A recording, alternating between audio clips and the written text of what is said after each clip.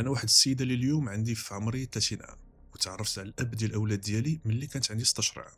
وصراحه من نهار تلاقينا المره الاولى حسيت بحال الا كاين شي حاجه اللي رابطانا بجوج، رابط غريب اللي ما نقدرش ليا نفسرو لكم، ولكن دغيا تحولت العلاقه لعلاقه جاده. غير كملت 18 عام عرفت على الوالدين ديالي، كيف ما حتى هويا عرفني على الام ديالو.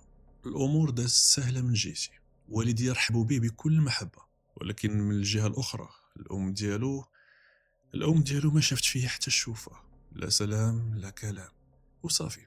حاولت ما نعطيش الامر اهميه، ومن بعد غتطور الامور بسرعه حيت غادي يجي يخطبني رسميا.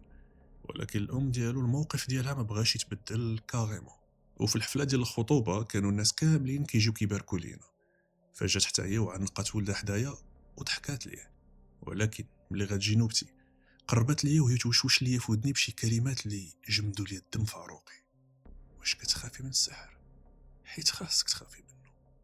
صراحة الجسم ديالي كله ترعد ملي سمعتها، ولكن حاولت انني نتجاهل هادشي وقنعت راسي بلي هادو غير تهديدات خاوية.